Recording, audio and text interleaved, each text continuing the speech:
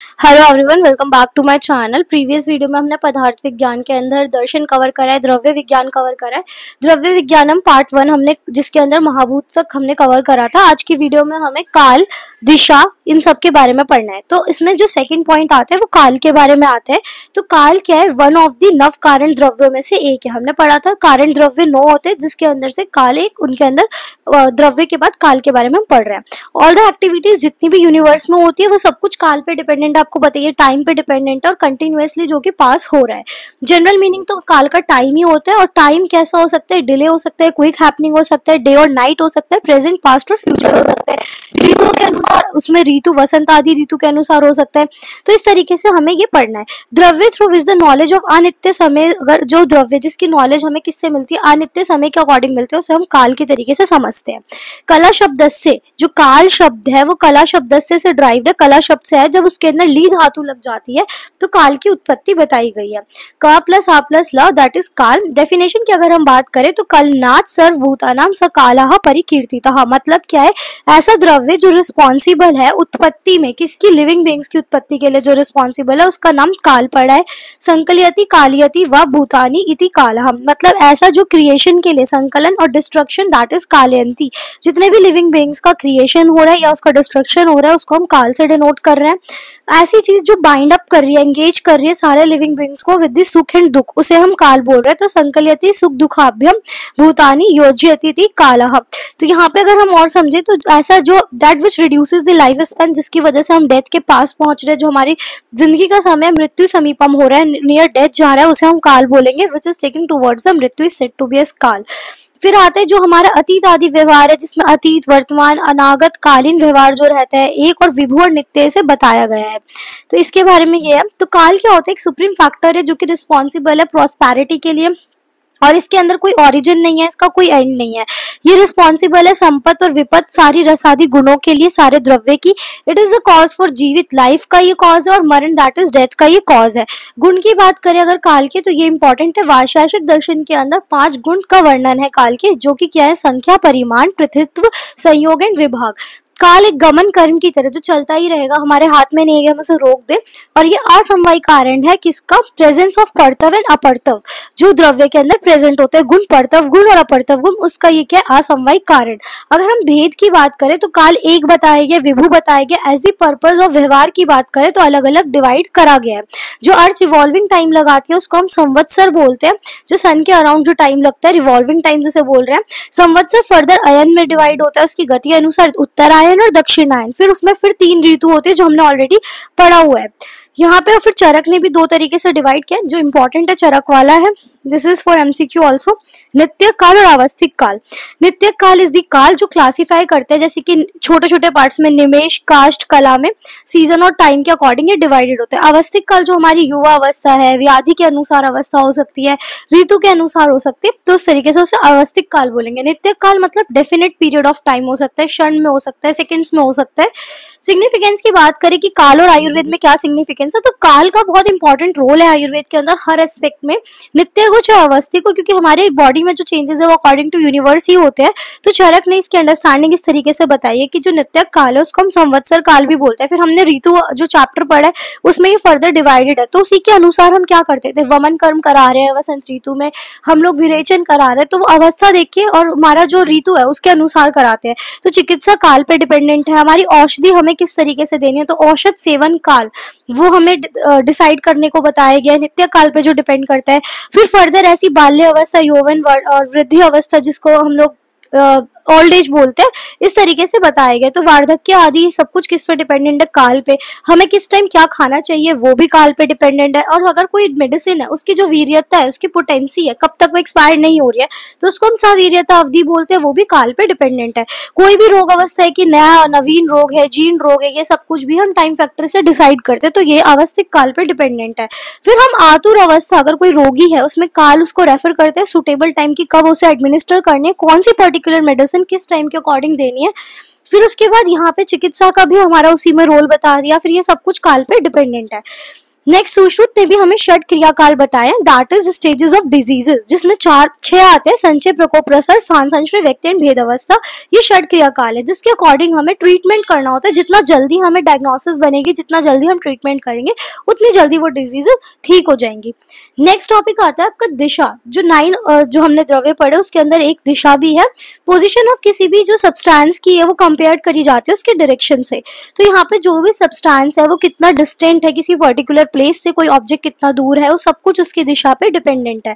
तो यहाँ पे यही लिखा हुआ है। लक्षण की अगर हम बात करें तो जो दिशा, दिक् जिसमें धातु है, वो कारण है, प्राची, अवाची जो व्यवहार है इन सबका। ये डायरेक्शंस जो है वो हम यूज करते हैं फॉर द डायग्नोसिस ऑल्सो। और यहाँ पे एक है विभू है और नित्य है। जो दिक् है वो कारण है, हमें नॉलेज देता है कि कौन सी चीज आंतरिक पास और कौन सी दूर है इन द रिलेटिव टर्म्स। ये नित्य और एक है। और ये उपाधि भेद से इसको हम प्राची, प्रतीची से अलग अलग दिशाओं में डिवाइड करते हैं। दिशा कोई प्रेजेंट कर सकती है कोई प्लेस को भी, जिसको हम देश बोलते हैं, विच इज अवे और closer etcetera. Comparisons are made on the basis of this. दिशा के अगर गुण की बात करें, सेम संख्या, परिमाण, पृथ्वी, संयोग और विभाग इसके गुण हैं। दिशा एक है और इसका पर्पस है और अलग अलग टाइप्स में भी ये डिवाइड करी गई है। जैसे हम पूर्व, पश्चिम, उत्तर, दक्षिण 4 डायरेक्शंस पढ़ते हैं। इसको हम लोग कोण में भी डिवाइड करते हैं। इसके बीच में आग्नेय कोण, वायव्य, नैऋत्य, ईशान कोण, ऊर्ध्व देश और अधः देश आता है। जिस डायरेक्शन में सनराइज होता है दैट इज पूर्व दिशा। जिस डायरेक्शन में सनसेट होता है वो पश्चिम दिशा। जो पूर्व के जस्ट अपोजिट है उसी को हम प्रतीची भी बोलते हैं। जब हम पूर्व की तरह फेस करते हैं तो हमारा जो लेफ्ट हैंड साइड है वो उत्तर दिशा दिखाता है, और जो राइट हैंड, जो उसी साइड में हमारा हिमालय की लोकेशन है, इसी को उदीची भी बोलते हैं। जो पूर्व की तरह फेस करने पे राइट हैंड साइड में जो डायरेक्शन है दैट इज दक्षिण, और इसको अवाची बोलते हैं। और इसी के ऊपर ऊर्ध्व दिशा आती है, इसके नीचे अधः आती है, और इनके बीच में 4 दिशा दिखा रखी है। जैसे हम यहाँ पे बात करें तो हमारे ये पूर्व है, तो इसके बीच में उत्तर और पूर्व के बीच में जो आएगी वो ईशान्य, ऊपर की तरफ ऊर्ध्व और नीचे अधः। इसके राइट हैंड साइड में अगर हम देखें तो ये दक्षिण, इन दोनों के बीच में आग्नेय कोण।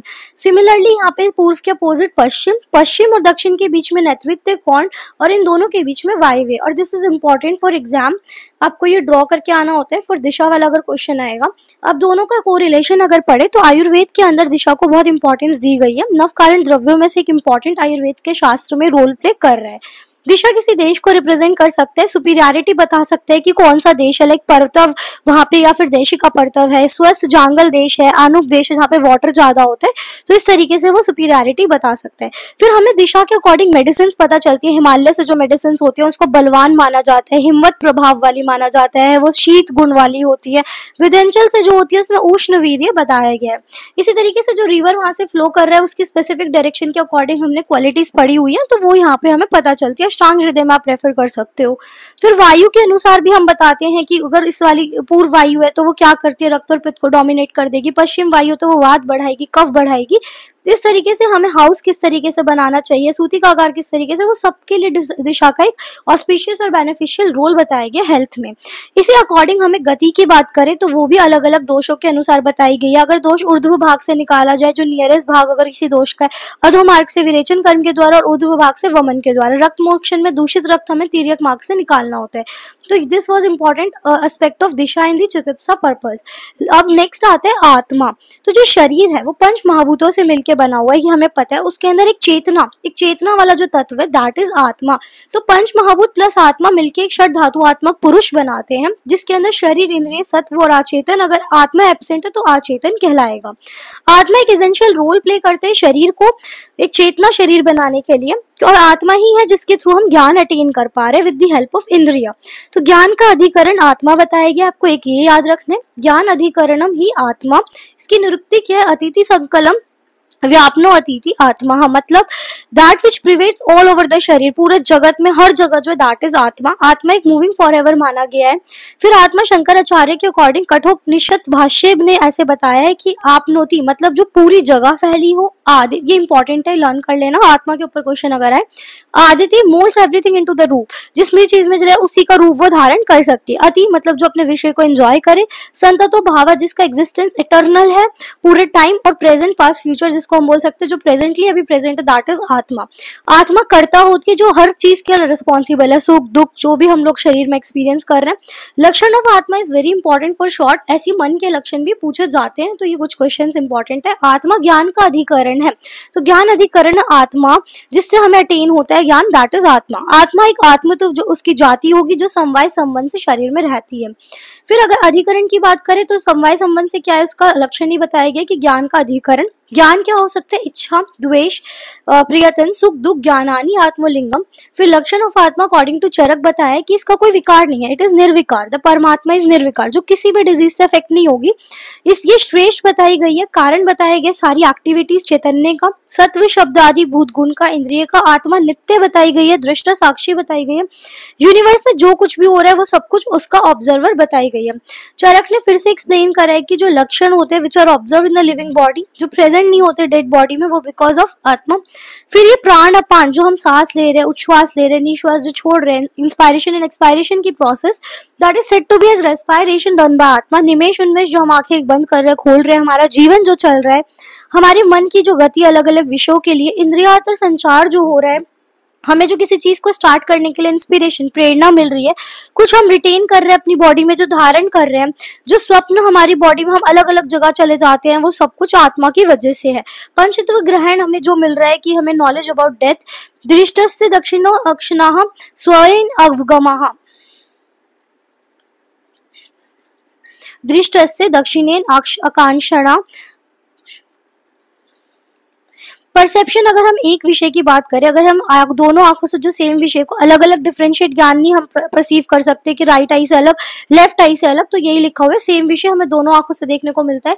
फिर इच्छा, द्वेष, सुख, दुख, प्रयत्न, चेतना, धृति, स्मृति, बुद्धि, अहंकार, ये सब कुछ ऑब्जर्व जो लिविंग बॉडी में हो रहा है वो बिकॉज ऑफ आत्मा है। इसके गुण की बात करें तो निर्विकार और निर्गुण इसे माना है, और जिस परमात्मा कंबाइंस विद प्रकृति तो सृष्टि की उत्पत्ति होती है। आत्मा रिजाइड करती है शरीर के अंदर, जिसके कुछ गुण और लक्षण वहीं से वो शरीर से अडॉप्ट कर रही है। वैशेषिक दर्शन ने 14 गुण बताए हैं आत्मा के, बुद्धि, सुख, दुख, इच्छा, द्वेष, प्रयत्न, धर्म, अधर्म, संख्या, परिमाण, पृथक्त्व, संयोग, विभाग, भावना। तो यहाँ पे जो परमात्मा दैट इज कंसिडर्ड एज निर्विकार एंड निर्गुण, और जो आत्मा वैशेषिक दर्शन के अकॉर्डिंग उसके 14 गुण बताए गए हैं। फिर चरक ने बुद्धि, प्रयत्न, 6 गुण बताए, आत्म गुण जिसको हम बोलते हैं, दिस इज ऑल्सो इंपॉर्टेंट। गुण वाले चैप्टर में आप ये सब पढ़ोगे, गुरु आदि गुण, पर आदि गुण, आत्म गुण। तो आत्म गुण 6 कौन से, बस वो याद रख लो, बुद्धि, सुख, दुख, इच्छा, द्वेष एंड प्रयत्न। टाइप्स ऑफ आत्मा कुछ तर्क संग्रह ने अलग अलग बताई, जैसे परमात्मा को तो ईश्वर, सर्वज्ञ और एक मान लिया, और जो जीव आत्मा इंडिविजुअल शरीर में, दैट इज शरीर, विभु एंड नित्य।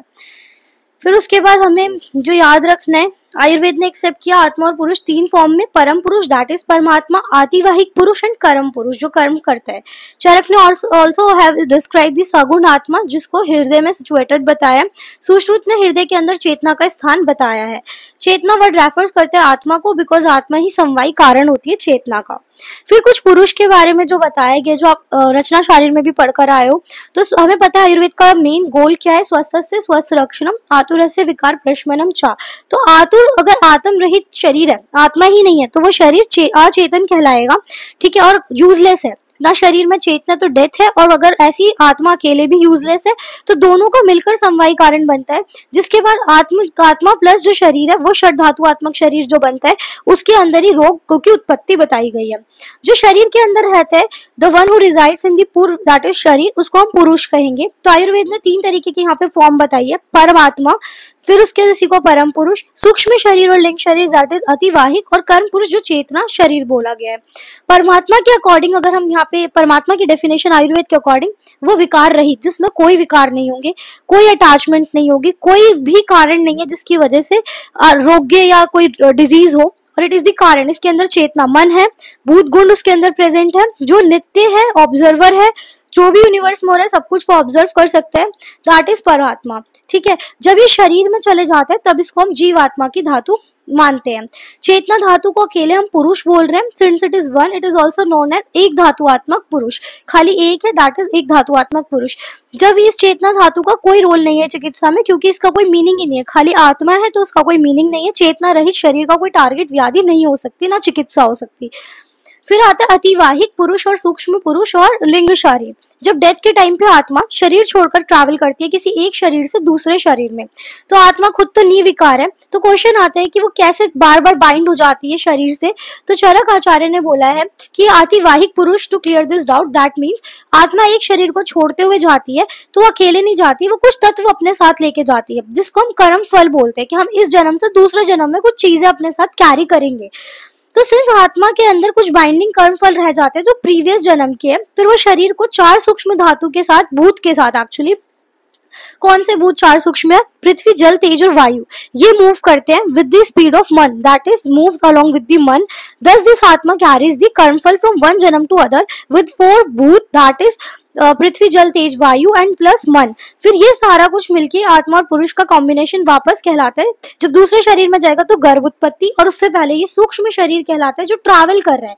This travelling is said to be अतिवाहिक पुरुष। और ये एक जन्म से आपने सुना भी होगा, रिकार्डिनेशन थ्योरीज के अंदर कुछ लोगों को अपनी प्रीवियस बर्थ हिस्ट्री हर चीज याद रह जाती है। अगर कुछ ट्रॉमा है, कुछ चीजें हैं, तो वो इसी के थ्रू हम एक्सप्लेन इस साइंस को, रिकार्डिनेशन साइंस को हम यहाँ से एक्सप्लेन कर सकते हैं अतिवाहिक पुरुष के थ्रू कि क्या वो चीज हो रही है।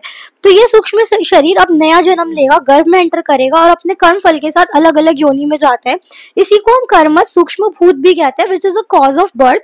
और आत्मा ऐसी अपने कर्म के अकॉर्डिंग लोअर ग्रेड में जाएगी, अगर एनिमल्स की फॉर्म में, हायर एनिमल्स की फॉर्म में। तो this process of death and birth is said to be as अतिवाहिक के थ्रू हम समझ सकते हैं। ठीक है, फिर आत्मा अगर नहीं जा रही किसी में भी तो वो मोक्ष की प्राप्ति में चली गई, जब वो सूक्ष्म शरीर से डिटैच होगी, जो हर कोई मोक्ष की प्राप्ति चाहता है। फिर आत्मा अकेले हो जाती है और वो अटेन कर लेती है मोक्ष, दैट इज सेल्वेशन। सुश्रुत ने यही बताया, जो सूक्ष्म शरीर गर्भ में जाता है, शुक्र शोणित समूचना में, जो गर्भक्रांति शरीर अध्याय में हम पढ़ते हैं। फिर आती है जीवात्मा। जीवात्मा is considered as important part because इसी का हम इलाज करेंगे। आत्मा अकेले रह नहीं सकती, ना सूक्ष्म शरीर रह सकता, तो पुरुष को रेफर करा गया जिसमें ये वास करती है, जिस जगह वो रह रही है, जिस शरीर में आत्मा रह रही है, दैट इज वो अचेतन शरीर को जाके चेतना दे रही है, उसको हम जीवात्मा कहेंगे। और ये यूनियन ही तत्व और आत्मा का मिलकर संयोग पुरुष बनाता है। जब मन, आत्मा, शरीर, ये 3 पिलर है पूरे यूनिवर्स पे जो स्टैंड कर रहे हैं, तो संयोग जब इन सबका होता है सत्व आत्मा शरीर का, उसे हम पुरुष कहते हैं। और यही अधिकरण, यही ऑब्जेक्ट ऑफ चिकित्सा बन गया है। यहाँ पे षड धातु आत्मक पुरुष, ये चतुर्विंशति तत्वात्मक पुरुष हम पढ़ते हैं। षड धातु आत्मक पुरुष इज वेरी इंपॉर्टेंट बिकॉज इसी को हम चिकित्सीय पुरुष भी कहते हैं, जिसमें पंच महाभूत प्लस चेतना धातु है। ये 6 तत्व मिला के कहलाते हैं षड धातु आत्मक पुरुष। द कॉम्बिनेशन ऑफ पंच महाभूत एंड आत्मा is said to be as पुरुष विच बिलोंग्स टू द चिकित्सा एंड द सेम पुरुष इज द अधिष्ठान ऑफ व्याधि एंड स्वास्थ्य। इसी को बीमारी, रोग होंगी और इसी का आरोग्य हम लोगों को देना है एज अ डॉक्टर। षड धातु आत्मक पुरुष एक कॉम्बिनेशन है, इसी को हम कर्म पुरुष भी कहते हैं। फिर इसी के बारे में एंटायर यूनिवर्स का आयुर्वेद शास्त्र इसी पे स्टैंड कर रहा है। सत्व, आत्मा, मन, शरीर जो हम पढ़ रहे हैं, चेतना इसका अधिकरण है, इसी को संयोग पुरुष भी कहते हैं। चतुर्विंशति में हम फर्दर जो भेद पढ़ रहे हैं, तो चतुर्विंशतिक पुरुष किसे बोलेंगे? धातु भेद के बेसिस पे 24 तत्व हमने लिए हैं, दिस इज इंपॉर्टेंट, आपको याद रखने हैं। अष्ट प्रकृति जो हम पढ़कर आते हैं, अव्यक्त, बुद्धि, अहंकार और 5 तन मात्रा है। जब ये मन से मिलते हैं 5 ज्ञान इंद्रियों से, 5 कर्म इंद्रियों से और 5 इंद्रिय विषय से जो स्थूल भूत है, ये सारा कॉम्बिनेशन मिलके कहलाता है राशि पुरुष। ये शॉर्ट में पूछा जाता है, ये PYQ का क्वेश्चन भी है। पंच चतुर्विंशति तत्वात्मक पुरुष को एक्सप्लेन करना है, ठीक है। उसके बाद नेक्स्ट आते हैं नॉलेज ऑफ आत्मा की। आत्मा न ज्ञान से प्रवृत्ति क्या है कि तो आत्मा का जो ज्ञान अधिकरण कहा गया है, उसके अंदर हम जब इंद्रिय अपने विषय से मिलती है तो ज्ञान की उत्पत्ति बताई गई है। फिर नेक्स्ट आता है आत्मा को ही हम ज्ञानी भी बोल रहे हैं, और जो ये ज्ञान है वो union of current, that is इंद्रिय एंड मन से मिलके हो रहा है।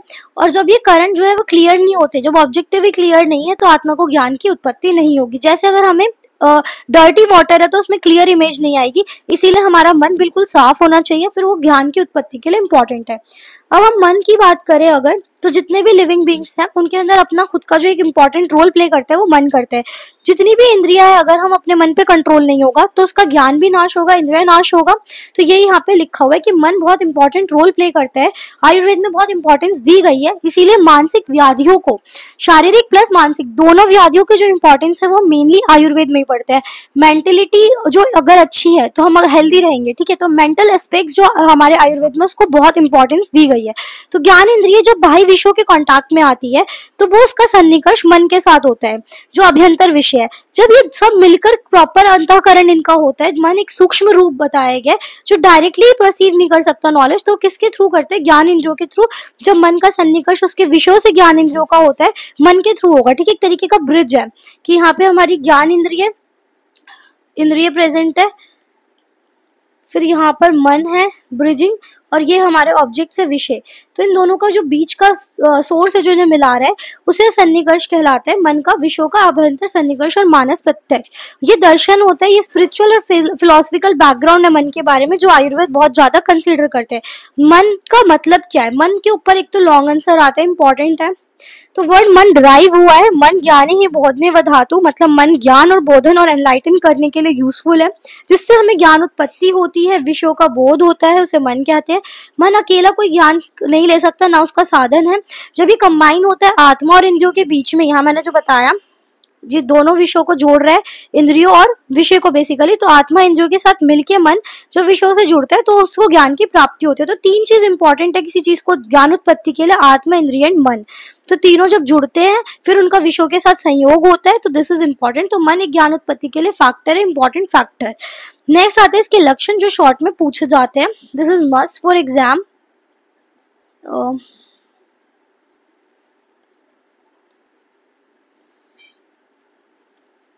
लक्षणम मनस्सु ज्ञानस्य अभावो भाव एव च, मतलब अकरेंस और नॉन अकरेंस ज्ञान का यही लक्षण है मन का, कि हमें ज्ञान की उत्पत्ति हो रही है या नहीं।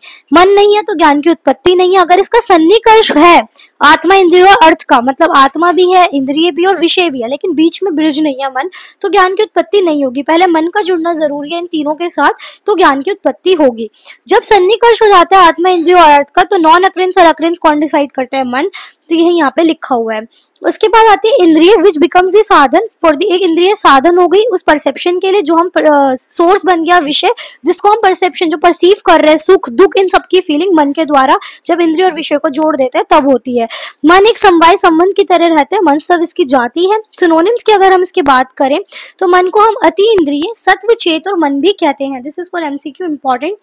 अमर कोश ने चित्त, चेत, हृदय, सवान, हित और मानस प्रायवाची बताया है मन के। गुण की अगर बात करें मनों के, तो एक तो ये भी इंपॉर्टेंट है गुण, ठीक है, शॉर्ट के लिए बहुत इंपॉर्टेंट है ये।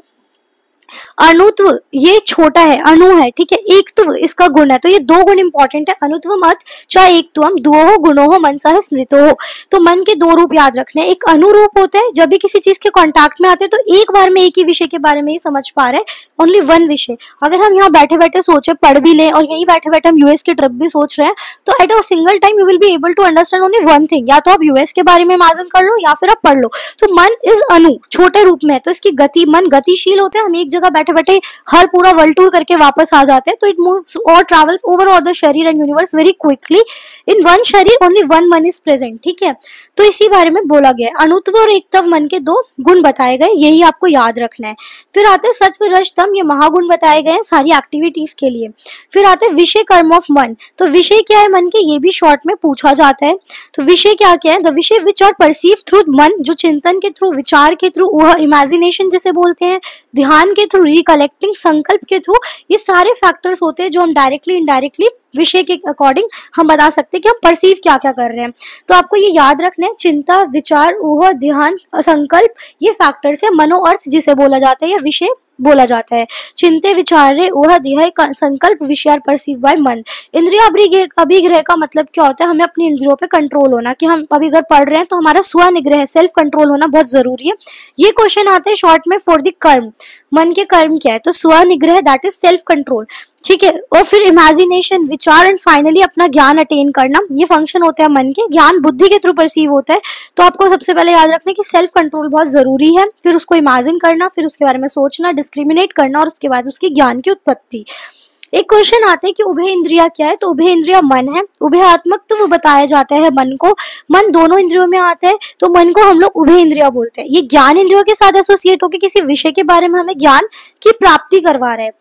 साथ साथ में हम अगर अपने मन से कोई चीज करना चाहे तो हमें फंक्शन करने के लिए कर्म इंद्रियों को भी एक तरीके से उसको फोर्स करता है काम करने के लिए, तो हेल्प करते हैं इन परफॉर्मिंग द फंक्शन। तो मन दोनों तरीके से काम कर रहा है। ज्ञान के रूप में कर रहा है तो ज्ञान उत्पन्न के लिए ज्ञान इंद्रियों की सपोर्ट करते हैं, जिससे बुद्धि आत्मा को सिग्नल मिलता है। फिर वो ऑर्डर लेता है आत्मा को और सेंड करते हैं कर्म इंद्रियों को कि अब इसके अकॉर्डिंग अगर आप देख रहे हो, पढ़ रहे हो, वो फंक्शन करे।